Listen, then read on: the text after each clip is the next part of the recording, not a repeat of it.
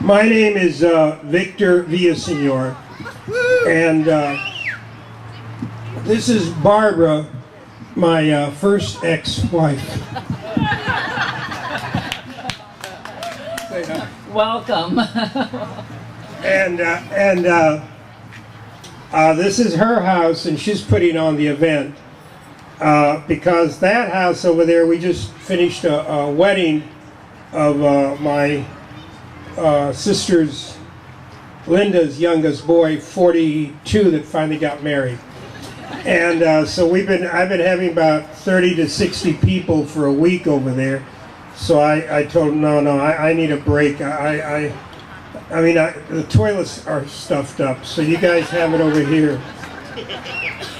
Anyway, I grew up speaking Spanish and not English, and I'm dyslexic.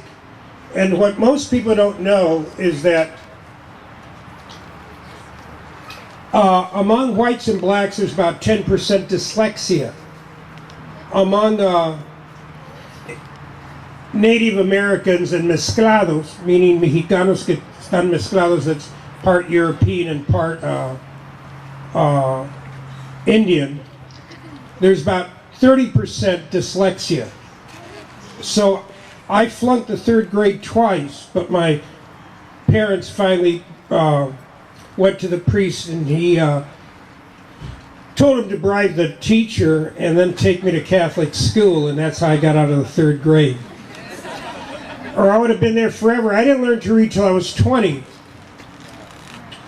And by that time I had so much rage and hate, I made a commitment to become a writer. And I wrote for 10 years, had 265 rejections, and then I finally sold my first book, A la Brava, at the age of 33. And that's when I met Barbara, and we got married. I don't know if you know it, but 85% of all people in prison don't know how to read. The people that know how to read is less than 20% on the planet.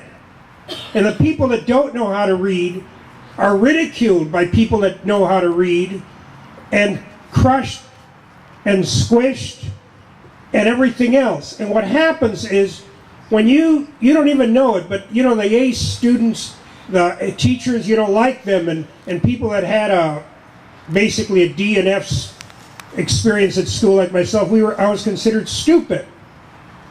So anytime I hear of an organization that's going to help kids, and what's that word? Metaform?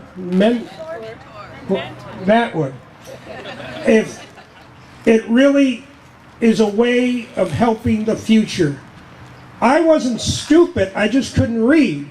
And I shocked my teachers when I learned how to play chess finally. And then I became chess champion of the entire school and all the faculty. And as one teacher told me, he said, when I beat him in chess 5 times real fast, and he was from West Point, and I said, "Where's that?" He said, "Back east." I said, "Then why do you call it West Point?"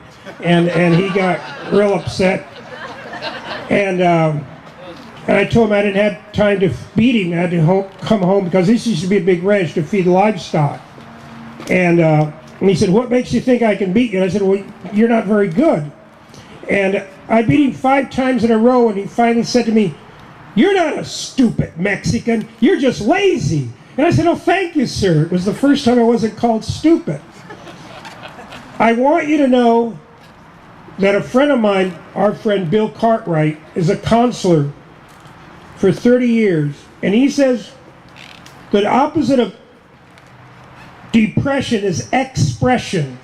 And when you write something down and you commit it to paper, you're getting it out of your psychic and you're giving room for something else. To help people how to read and write, and not only do well in school, it helps them, prepares them to do well in life and not end up in prison. This is a wonderful thing that's going on here. If I hadn't had the outlet of writing, I'm very good with weapons.